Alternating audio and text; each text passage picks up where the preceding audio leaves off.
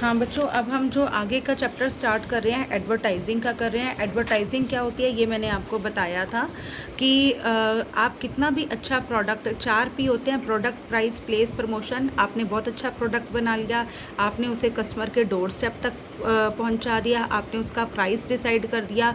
Last P क्या काम करता है? ये काम करता है, ये कस्टमर तक ये मैसेज पहुंचाता है कि आपका इस तरह का प्रोडक्ट मार्केट में अवेलेबल है, ये उसका प्राइस है, ये उसकी फ़ीचर है, ये इस वक्त काम आएगा, इस तरह आपको हेल्प करेगा, इन इन फीचर्स की वजह से ये बाकी अवेलेबल प्रोडक्ट से बेटर है। तो ये सारे काम करता है प्रमोशन।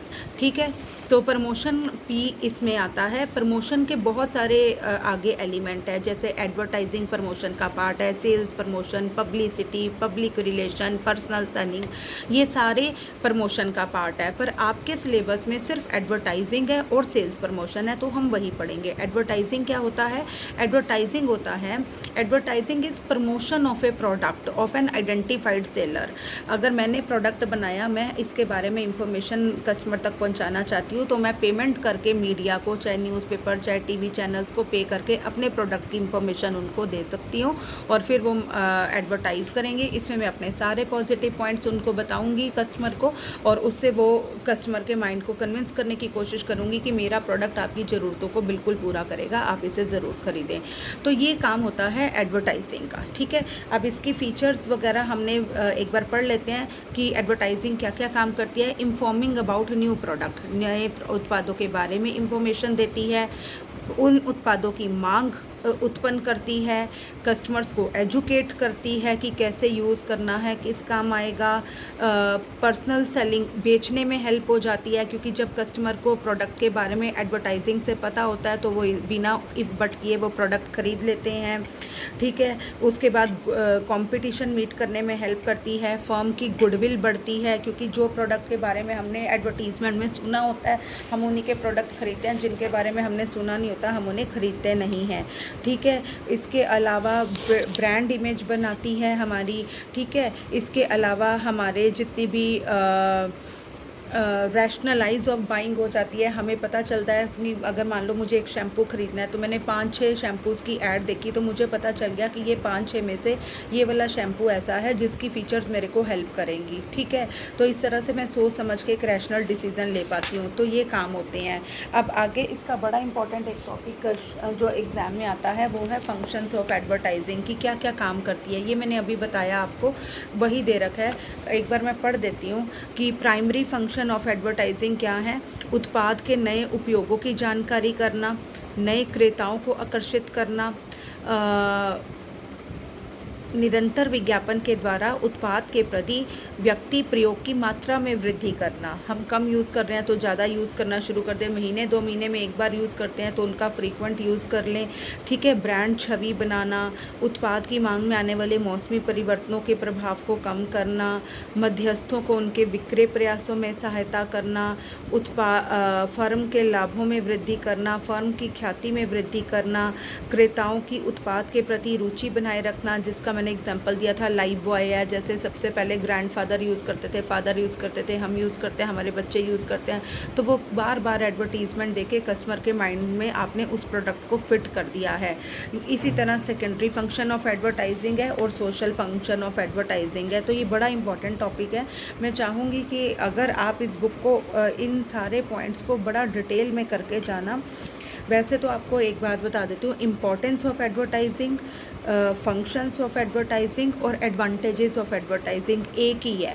ठीक है, आप एक जगह एक्सप्लेनेशन याद कर लेना, वही एक्सप्लेनेशन आपने लिखनी है। जैसे आपकी बुक में ना अगला टॉपिक दे रखा है एडवांटेजेस ऑफ एडवर्टाइजिंग या इम्पॉर्टेंस ऑफ एडवर्टाइजिंग या रोल ऑफ एडवर्टाइजिंग, और एक स्टेटमेंट की फॉर्म में दे रखा है कि money spent on advertising is an investment. मतलब ये सारे क्वेश्चंस का एक ही आंसर है कि एडवर्टाइजिंग के क्या फ़ायदे होते हैं, जो मैंने अभी अभी आपको बताया है कि इंक्रीज इन सेल बढ़ जाती है, इंक्रीज इन नेट प्रॉफिट। ठीक है, स्टेबलाइज सेल वॉल्यूम, सेल्स हमारी स्टेबल हो जाती हैं, प्राइस स्टेबल हो जाता है, इंट्रोड्यूसिंग न्यू प्रोडक्ट, नए उत्पादों को हम इंट्रोड्यूस कर सकते हैं, मेंटेनिंग द एग्जिस्टिंग मार्केट को मेंटेन करते हैं, create reputation, availability of middle man, जो मिडल मैन रिटेलर होलसेलर होते हैं ना, ये भी हमारे प्रोडक्ट को तभी खरीदते हैं अगर हमने अपना नाम मार्केट में पॉपुलर किया हुआ है। नहीं तो लोकल प्रोडक्ट ये भी नहीं खरीदते कि सर ये हमारा बिकेगा नहीं, हम नहीं रखेंगे आपका product. Success in competition, advantages of large scale production. जब हम एडवर्टीजमेंट करते हैं तो लार्ज स्केल पे प्रोडक्ट बिकता है, तो इसलिए हम लार्ज स्केल पे उसे बनाते हैं। आगे है advantages of advertising to middleman. Wholesaler retailer को क्या फ़ायदा होता है? Easy sale. आपने अपनी दुकान के ऊपर कोलगेट क्लोजअप रखा हुआ है, तो कोई कस्टमर आएगा, टूथपेस्ट दे दो, आप कोलगेट क्लोजअप, पेप्सोडेंट, सेंसोडाइन जो पकड़ाओगे वो ले लेगा, है ना, क्योंकि उनके नाम पता है। पर अगर कोई बिना नाम का कोई ऐसा ब्रांड पकड़ाओगे जिसके बारे में एडवर्टीजमेंट नहीं हुई तो आपको बेचने में उसे दिक्कत आती है, पर एक वेल पॉपुलर ब्रांड को बेचने में दिक्कत नहीं आती, तो मिडल मैन के लिए उसे आसानी हो जाती है बेचने में। इंक्रीज इन सेल बढ़ जाती हैं। अट्रैक्ट मोर कस्टमर, नए कस्टमर अट्रैक्ट होते हैं। परमानेंट सोर्स ऑफ इनकम हो जाती है एडवर्टाइजिंग से, क्योंकि साल भर सेल होती रहती है उन प्रोडक्ट की बिना कोई एफर्ट किए हुए, तो आपका परमानेंट सोर्स ऑफ इनकम बन जाता है। ठीक है। Increase the Prestige of store. आपके जो स्टोर की ख्याति में वृद्धि होती है कि ये सारे ब्रांड रखते हैं, इनके पास चले जो हर ब्रांड मिलेगा। Reduce the burden of middle man की बर्डन कम हो जाता है। बर्डन कम कैसे हो जाता है भैया? उनको ज़्यादा एफर्ट नहीं करने ब्रांडेड प्रोडक्ट, और जिन प्रोडक्ट की पूरी एडवर्टीजमेंट की होती है वो तो अपने नाम से बिक जाते हैं। कोका कोला बेचने में ज़्यादा मेहनत थोड़ी करनी है, जो आए कोल्ड ड्रिंक दे दो, आप कोका कोला पकड़ा दो, आराम से बिक जाती है, कुछ कन्विंस करने की ज़रूरत नहीं है। ठीक है। और पब्लिसिटी हो जाती है। सेलिंग न्यू प्रोडक्ट, आप नए नए उत्पाद बेच सकते हो। ठीक है। अब वह है advantages of advertising to consumer. उपभोक्ताओं को क्या इससे लाभ होते हैं भाई? एजुकेट्स द कस्टमर, कस्टमर को एजुकेशन बोलती है, नए नए प्रोडक्ट के बारे में जानकारी मिलती है, कैसे यूज़ करना है, क्या इनके फ़ायदे हैं, ठीक है, क्या प्राइस है, कॉम्पिटिटर के प्रोडक्ट से कैसे बेटर है, ये सारी इन्फॉर्मेशन एडवर्टाइजिंग से पता चलती है। बेस्ट क्वालिटी प्रोडक्ट मिलते हैं, क्योंकि एडवर्टीजमेंट में दिखाना है तो इसलिए क्वालिटी भी मेंटेन करते हैं। कन्वीनियंट परचेज, कस्टमर के लिए फ़ायदा ये होता है कि अब उसे ना बार बार समझने की ज़रूरत नहीं है शॉपकीपर के पास जाके, पहले ही एडवर्टीजमेंट में उसने सारे गुण दोषों के बारे में अच्छे से एनालाइज कर लेता है, वो बाद में वो एक ही प्रोडक्ट मांगने जाता है और उसे ख़रीद लेता है। फिर है नॉलेज ऑफ प्राइस, एडवर्टीजमेंट में उसे प्राइस की कीमत का भी पता चल जाता है, इसलिए दुकान पे जाके ज़्यादा बहसबाजी की ज़रूरत नहीं पड़ती। फिर है सेव टाइम, टाइम बचता है, पहले ही पता है हमें कौन सा ब्रांड खरीदना है। Easy availability, advertise product easily available होते हैं हर जगह। ठीक है। Improvement in standard of living, इन उत्पादों को खरीद के उसके जीवन स्तर में सुधार होता है। कंपैरेटिव स्टडी हो जाती है, वो 4-5 ब्रांड के बारे में एडवर्टीजमेंट देख देख के उसे पता चल जाता है कि इस प्रोडक्ट में ये खास बात है, इसमें ये खास बात है, इसमें ये खास बात है, अकॉर्डिंगली वो खरीदने का डिसीज़न ले लेता है। अच्छा, और इम्प्रूवमेंट इन क्वालिटी तो होता ही है। कनेक्टिंग लिंक, अगर इसे छोड़ रही हूँ मैं, इसके अलावा रिमाइंडिंग असेंशियल थिंग, ये मैं कर देती हूँ कि ज़रूरी चीज़ें जो कई बार हम मतलब इग्नोर कर जाते हैं, बार बार एडवर्टीजमेंट देख के हमें याद आ जाता है, अच्छा नहीं ये भी होना चाहिए, इसमें ये फ़ायदा, ये हमारे घर में होना चाहिए, तो इस तरह कस्टमर को फ़ायदा होता है। अब सोसाइटी को क्या फ़ायदे होते हैं? इंक्रीज़ इन एम्प्लॉयमेंट, आप देखो रोज़गार, जो एडवर्टीजमेंट इंडस्ट्री है, विज्ञापन उद्योग है, इसमें कितने लोग एक्टर का रोल कर रहे हैं, कैमरामैन का रोल कर रहे हैं, कितने हमारे जो फोटोग्राफर हैं, म्यूज़िक डायरेक्टर हैं, पेंटर हैं, आर्टिस्ट हैं, इन सारे लोगों को एडवर्टीजमेंट इंडस्ट्री में काम मिलता है, तो एम्प्लॉयमेंट में वृद्धि करता है। स्टैंडर्ड ऑफ लिविंग, हम लोग नए नए प्रोडक्ट के बारे में जानकर उन्हें यूज़ करना शुरू करते हैं, तो हमारा स्टैंडर्ड ऑफ लिविंग इम्प्रूव होता है। Reduces the number of middleman, अब अगर जैसे कई प्रोडक्ट ऐसे हम ऑनलाइन डायरेक्ट ख़रीद लेते हैं, अगर हमें एडवर्टीजमेंट से प्रोडक्ट के बारे में इंफॉर्मेशन मिल चुकी है, हम शॉप पे जाने की ज़रूरत ही नहीं समझते, डायरेक्ट हम मैन्युफैक्चरर से ख़रीद लेते हैं। एजुकेट्स पीपल, लोगों को इस एडवर्टाइजिंग एजुकेट करती है, उसके प्रयोगों के बारे में बताती है, उसके बारे में सारी जानकारी देती है। इसके अलावा बहुत सारी एडवर्टीजमेंट मैट्रिमोनियल, शादी ब्याह में हेल्प करा देती हैं, नौकरी ढूंढने में एडवर्टीजमेंट हेल्प कराती है, इस तरह ये समाज का भी फ़ायदा करती है। ठीक है। इंक्रीज़ इन एक्सपोर्ट, एक्सपोर्ट में हेल्प कर देती है, बहुत से लोग एडवर्टीजमेंट देख देख के ख़रीदना शुरू कर देते हैं और बाहर के देशों में बेच के उनसे पैसा कमाते हैं। ठीक है। तो ये सारे एडवांटेजेस से सोसाइटी को। अब सेल्समैन को, जिसने बेचना है, उसको क्या फ़ायदा? लीस्ट एफर्ट, बहुत कम एफर्ट के साथ उसका प्रोडक्ट बिक जाता है, उसे ज़्यादा माथापच्ची करनी नहीं कस्टमर के साथ। Create enthusiasm. जब मुझे पता है मैंने एक एडवर्टाइज्ड प्रोडक्ट भेजना है तो मेरे को पहले ही मैं प्रोत्साहित होती हूँ कि इसके बारे में तो मुझे ज़्यादा एक्सप्लेन करने की ज़रूरत नहीं, कस्टमर जानता है, अपने आप बिक जाएगा। आगे है cartel the burden of salesman job, कि विक्रेता के कार्य में कमी। कि विज्ञापन जब उत्पादक द्वारा किया जाता है तो वह बड़े पैमाने पर होता है, इससे विक्रेताओं को विज्ञापन करने की आवश्यकता नहीं होती। अगर मैन्युफैक्चरर ने ही एडवर्टीजमेंट कर दी है तो मिडलमैन और सेलमैन को विज्ञापन करने की ज़रूरत नहीं होती है। उपभोक्ताओं की आवश्यकता का ज्ञान, consumers need can be set. अधिक विज्ञापन होने से विक्रेता का मनोबल बढ़ता है और विक्रेता उपभोक्ताओं की आवश्यकताओं का सही पता लगा के उत्पादक को उत्पाद संशोधन की राय दे सकता है। बार बार एडवर्टीजमेंट देख के ना हमें भी फ़ायदा होता है और सेल्समैन को भी पता होता है कि सर ये 5 ब्रांड्स की एडवर्टीजमेंट मैंने भी देखी है, सर अगर आपको इस चीज़ की ज़रूरत है तो आप ये ब्रांड मान रहे हो, पर ये मत लो, मेरे जगह से ये वाला ले जाओ, ठीक है। उसके अलावा increase in morale of sale force, जो सेल फोर्स होती है उसका भी मनोबल ऊंचा रहता है क्योंकि उससे पता है मैंने पॉपुलर प्रोडक्ट बेचना है, ठीक है, तो उसका मनोबल भी बड़ा होता है। तो ये सारे फ़ायदे थे एडवर्टाइजिंग में। तो आपको इम्पोर्टेंस आए, फंक्शन आए, एडवांटेजेस आए, रोल आए, या एडवर्टीजमेंट के ऊपर पैसा लगाना एक इन्वेस्टमेंट है, ये आए, आपने सब में ये टॉपिक लिखना है। अब इसकी कमियां क्या है, ऑब्जेक्शंस क्या हैं, लिमिटेशंस क्या हैं, क्रिटिसिज्म क्या है, डिसएडवांटेजेस क्या है, या स्टेटमेंट की फॉर्म में आए तो advertising is wasteful and unnecessary, ये आए तो आपने इसकी सारी कमियां लिखनी हैं। वो क्या लिखनी है वो मैं बता रही हूँ। पहले तो पैसे से रिलेटेड कुछ ऑब्जेक्शन होती हैं, इकोनॉमिक ऑब्जेक्शन, कि बहुत महंगा पड़ता है, एडवर्टाइजिंग एक बड़ा कॉस्टली प्रोसेस है और जितना भी पैसा मैन्युफैक्चरर इसके ऊपर लगाता है अल्टीमेटली वो प्रोडक्ट की लागत में जोड़ता है और कस्टमर से ही वसूलता है, तो इसकी वजह से प्रोडक्ट का प्राइस काफ़ी बढ़ जाता है। पहला तो ये। दूसरा, इंक्रीज इन नीड, एडवर्टीजमेंट देख देख के कुछ प्रोडक्ट्स जिनकी हमें ज़रूरत भी नहीं होती ना, पर एडवर्टीजमेंट देखकर हम उन्हें ख़रीदना शुरू कर देते हैं, ये तो होता ही है। तो हमने बिना मतलब कि अपनी ज़रूरतें बढ़ा दी हैं। पुराने टाइम में एडवर्टीजमेंट वगैरह नहीं होती थी तो हमारे दादा दादी बताते हैं कि वो कितने लिमिटेड रिसोर्सेज के साथ जिया करते थे, पर अब देखा दाखी बार बार एडवर्टीजमेंट दिखा के हमारे मन में उस चीज़ की ज़रूरत पैदा कर दी जाती है, हमें लगता है ये चीज़ हमारे पास ज़रूरी होनी चाहिए। तो इस तरह हमने अपनी ज़रूरतें बढ़ा दी हैं, खर्चे बढ़ा दिए हैं। फिर इसमें एनकरेजेस वेस्टफुल एक्सपेंडिचर, वही बात, मैं बार बार हम प्रोडक्ट देख के कई उत्पाद हम खरीद लाते हैं जिनको बाद में बेकार हो जाता है, फेंकना पड़ता है। फिर हम नए प्रोडक्ट आ जाते हैं क्योंकि हम यूज़ कर रहे हैं, उसी कैटेगरी में नया उत्पाद आ गया, हमें पुराना यूज़लेस लगता है, हम उसे फेंक देते हैं और नया खरीद लेते हैं। तो अल्टीमेटली देश के रिसोर्सेज तो जिस पुराने प्रोडक्ट को बनाने में लगे थे वो तो वेस्ट गए ना, तो इसलिए रिसोर्सेज वेस्ट जाते हैं। No real increase in demand, वो कहता है हमें लगता है एडवर्टीजमेंट से डिमांड बढ़ती है, बढ़ती नहीं है, सिर्फ शिफ्ट होती है। पहले मैं कोलगेट खरीद रही थी, अब मैं सेंसोडाइन खरीद रही हूँ, डिमांड बढ़ी नहीं है, सिर्फ एक ब्रांड से दूसरे ब्रांड पे शिफ्ट हुई है। तो ये गलत कहते हैं कि एडवर्टीजमेंट से डिमांड बढ़ती है, बढ़ती नहीं, सिर्फ शिफ्ट होती है।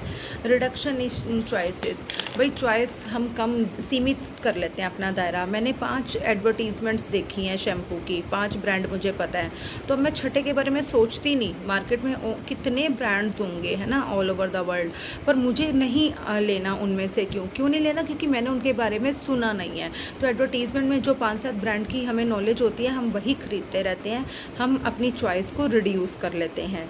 अब वेस्टेज ऑफ नेशनल रिसोर्सेज, ये मैंने अभी बनाया कि जैसे ही हम नए प्रोडक्ट खरीदना शुरू करते हैं, पुराने को बनाने में, रिसर्च एंड डेवलपमेंट में जितना खर्चा किया है वो टोटल वेस्ट हो जाता है। उसके बाद सोशल ऑब्जेक्शन, क्या सामाजिक इसके ऊपर ऑब्जेक्शन है। पहला, मिस रिप्रेजेंटेशन ऑफ फैक्ट, गलत तथ्य प्रस्तुति किए जाते हैं। एक स्प्राइट पियो लड़की पट जाएगी, गलत बात। कोलगेट कर लो आपको जॉब मिल जाएगी, दांत इतने चमक रहे हैं, कॉन्फिडेंस इतना आ गया कि जॉब मिल गई। फेयर एंड लवली लगा लो, ब्यूटी कॉन्टेस्ट जीत जाओगे, ठीक है। और मतलब इस तरह के गाजर का हलवा बनाना है, हस्बैंड के फ्रेंड्स आना है, 5 मिनट में गाजर का हलवा तैयार, पता नहीं आज तक मेरे से कभी 1 घंटे से पहले नहीं बनता, कितनी भी कोशिश कर लो। तो like that miss representation of fact, गलत तथ्य बताए जाते हैं। आप शैम्पू लगाना शुरू करो, बाल इतने लंबे हो गए, है, हेयर कलर लगा लिया तो आप इतने डैशिंग हीरो लगने लग गए हो, लाइक दैट। ये सारे झूठ बताए जाते हैं। डिग्रेडेशन ऑफ कल्चरल वैल्यू, हमारे सांस्कृतिक मूल्यों का पतन होता है। एड्स में कई बार इतने गंदे सीन लगते हैं देखने में, सिगरेट का, शराब का, ये सब हमारे ऐसे प्रोडक्ट को शो किया जाता है कि ये हमारा स्टैंडर्ड इम्प्रूव कर रहे हैं, हमारा मान सम्मान की वृद्धि कर रहे हैं, है ना। तो बस ऐसा होता नहीं है, इससे हमारे इंडियन कल्चर फेड होता है। आगे है हमारा feeling of insecurity. Life insurance की ऐड देख लो, सारा डर पैदा करके प्रोडक्ट बेचा जाता है कि अगर आप मर गए मिसेस शर्मा, आपके हस्बैंड तो जीते जी अपनी रिस्पॉन्सिबिलिटी मेरे हस्बैंड तो निभा गए हैं क्योंकि बेटी की शादी और बीमा पहले ही करा दिया है, तो सब डर जाओ कि अगर मैं मर गया या मैं मर गई तो मेरे बाद मेरे बच्चों की शादी कैसे होगी, एजुकेशन कैसे होगी, इसलिए मैं पॉलिसी पहले ही खरीद लूँ। तो मतलब इस तरह भय पैदा करके प्रोडक्ट को बेचने की कोशिश की जाती है। आर्टिफिशियल प्रोडक्ट डिफ्रेंशिएशन, वही है कृत्रिम डिफ्रेंशिएशन शो किया जाता है।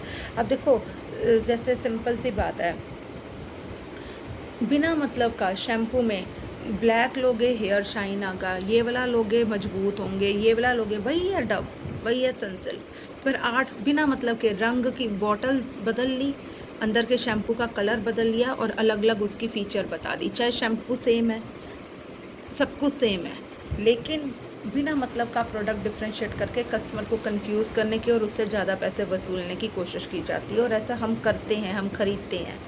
एथिकल ऑब्जेक्शंस, अब देखो कंज्यूमर डेफिसिट, उपभोक्ता का ऋणी होना। एडवर्टीजमेंट देख देख के कई बार हमारे पास पैसे भी नहीं होते जेब में ना, तो हम उन उत्पादों को खरीदारी शुरू कर देते हैं। तभी आजकल ईएमआई पे बेचने का ट्रेंड शुरू हो गया ना। अब हमारे पास पैसे हैं या नहीं है, हमें प्रोडक्ट दिख गया कि लोग ईएमआई लेके घर बनाना है तो हमें भी बनाना है, ईएमआई लेके गाड़ी खरीद रहे हैं तो हमें भी खरीदनी है। तो कंज्यूमर का डेफिसिट हो रहा है।